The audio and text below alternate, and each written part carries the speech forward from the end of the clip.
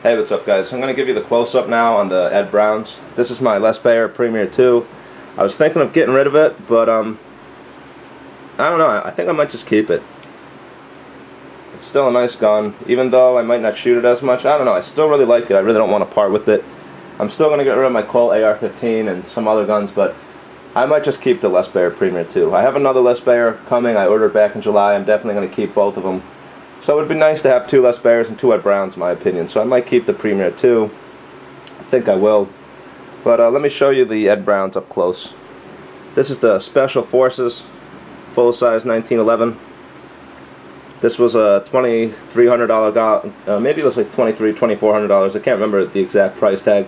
That was before taxes. After taxes was probably like $2,600. But I really like this a lot more than my Premier 2. The finish is just beautiful. There's not a scratch on it. And it's very tight. The trigger on it is just amazing. I think it's a better trigger than the Les Baer.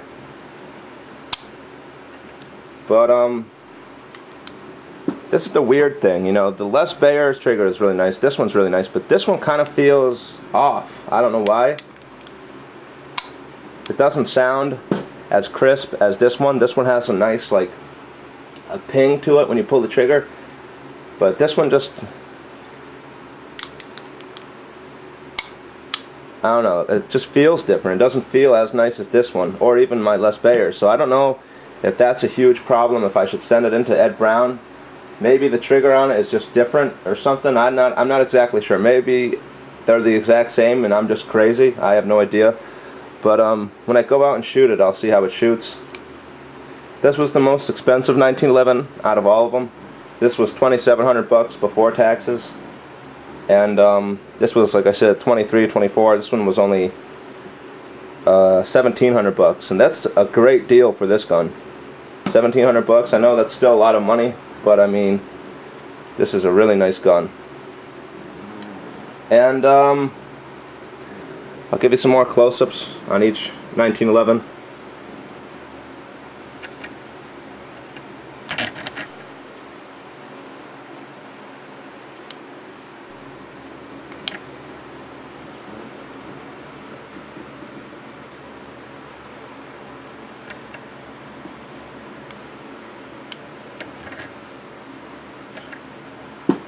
That's the Special Forces. This is the Executive Carry.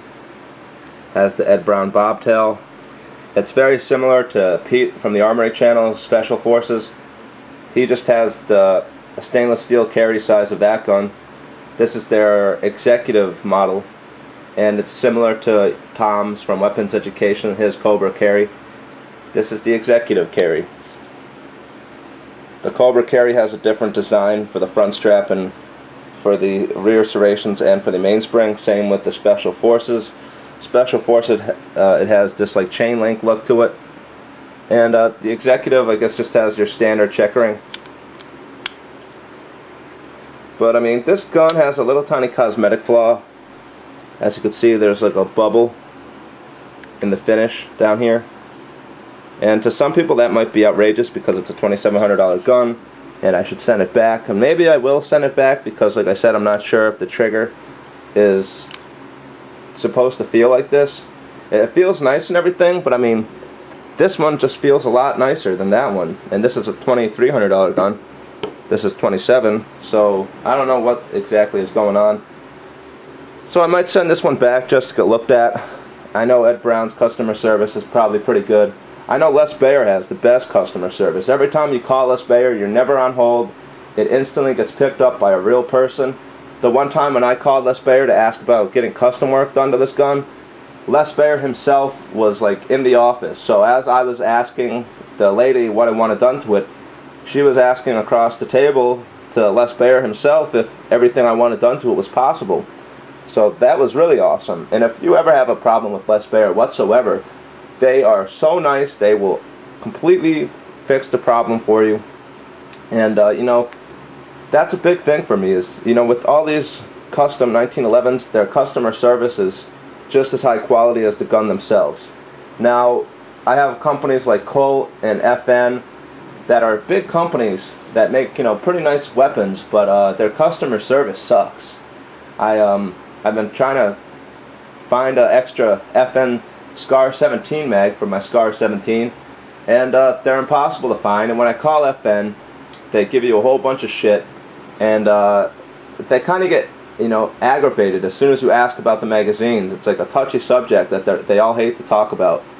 And I mean, I think companies like Colt and FN, they mainly focus on their military contracts, and when it comes time to deal with us, you know, little people who buy an occasional gun, they really don't treat us that fair.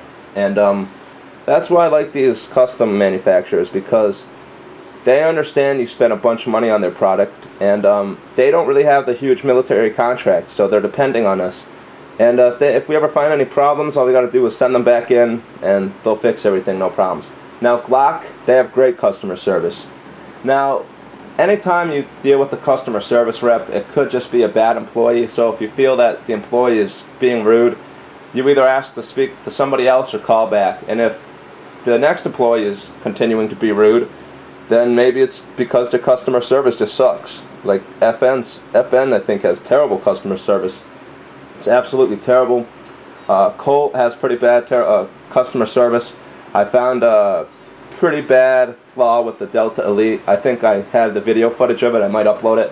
But the inside of the slide on the Delta Elite, it had some pretty nasty gouges. And it probably wouldn't affect the performance, but I mean, it's a $1,000 gun. It was brand new, and there was these big nasty gouges. And when I called Colt and asked if they were going to fix it, they said no, not at all. As long as the product or the problem wasn't visible from the outside and it didn't affect performance, they weren't going to do shit. So I got rid of the Delta Elite because it just had these terrible gouges inside the slide. And I'll probably upload that video in the future. But I mean, customer service is huge. And it's all about the way these companies handle and treat their customers. And with Les Baer and Ed Brown, they do have good customer service. I hear Les Baer has a little bit better customer service than Ed Brown, but I'll find out when I call them up to ask about this gun, possibly replace the beaver tail because of the finish, the blemishes on this one.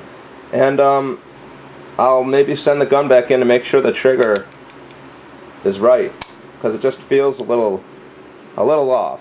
It's not a sloppy trigger whatsoever. It's just this trigger is insane. It feels so awesome.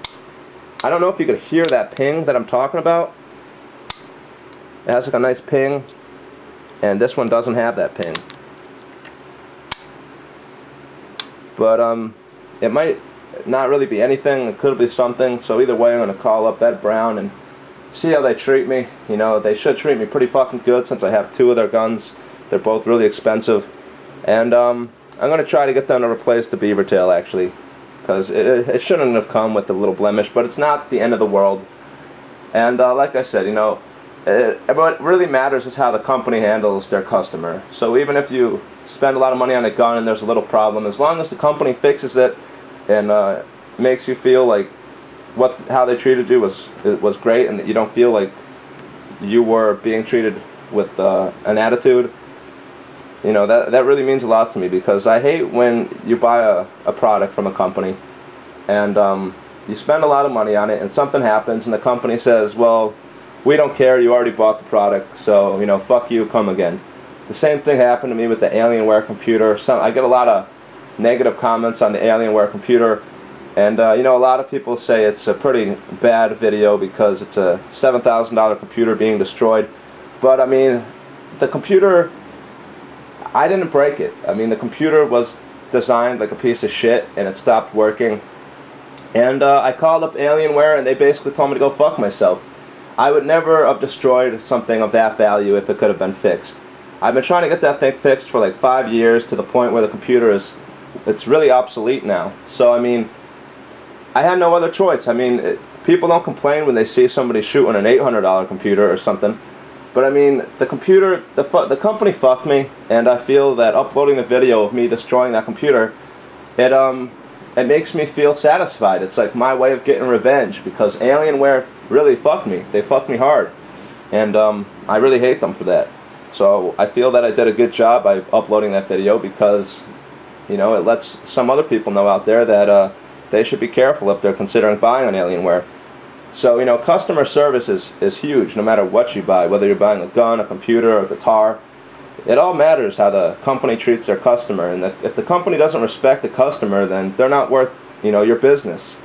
And I'm really upset with FN right now because they would put a $3,000 rifle on the market and not supply the customers with any extra magazines whatsoever. And then when the customers call to ask about extra magazines, FN gets mad and tells you to relax. It's a new gun. Accessories are going to come out soon. And by soon they mean a year or two. I mean, that's fucking bullshit. But anyways, these are my beautiful 1911s. I love them very much. And you know, I no longer have any double action, single action handguns. I got rid of the H&Ks, I got rid of the SIGs. But I'm fine with it. You know, the one nice thing about all these guns is they share the same magazines. It was a really big pain in the ass that the H&K 45, it took a separate magazine from the H&K USP. And H&K magazines are really expensive. They're like $50 a piece, which is outrageous. And you know, the SIG P220 was really nice. But at the end of the day, I would rather a 1911 because the SIG P220 is a, you know, a single stack magazine. It has 8 rounds. And I'm more accurate with the 1911. I think it's easier to conceal. And it's just a gun for me. Everybody's different. I just really like the 1911. So that's why I decided to go all out and get some of the nicest 1911s you could buy. But that's the close-ups. I'll give you some more angles real quick before I end this video.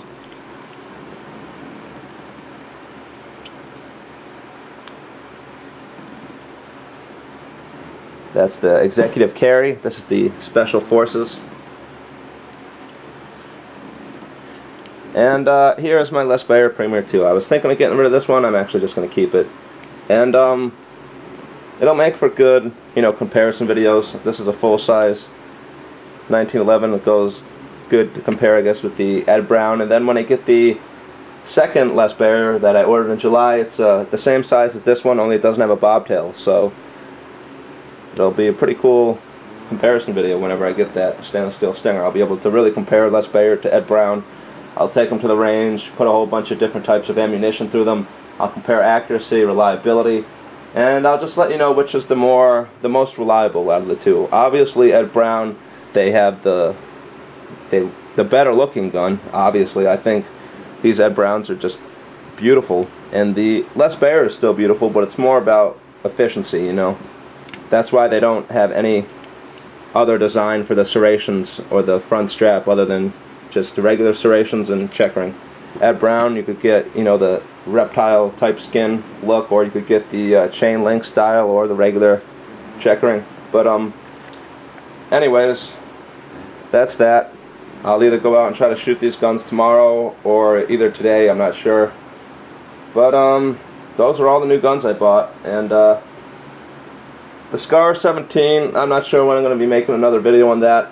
I'm trying to get an Aimpoint Comp 4 for it, so if I get the Comp 4, I guess I'll just do the video once everything's set up on it. So, alright guys, stay tuned for, you know, the videos coming up this week. Maybe either today or tomorrow I'm going to be shooting these Ed Browns. So, I'll let you guys know how they shoot, and you guys will be able to see it for yourself. And I don't know if I'll be comparing the Les Baer right off the bat to the Ed Brown. I might do that a little later, so we'll see. So thanks for watching, and thanks for all the support.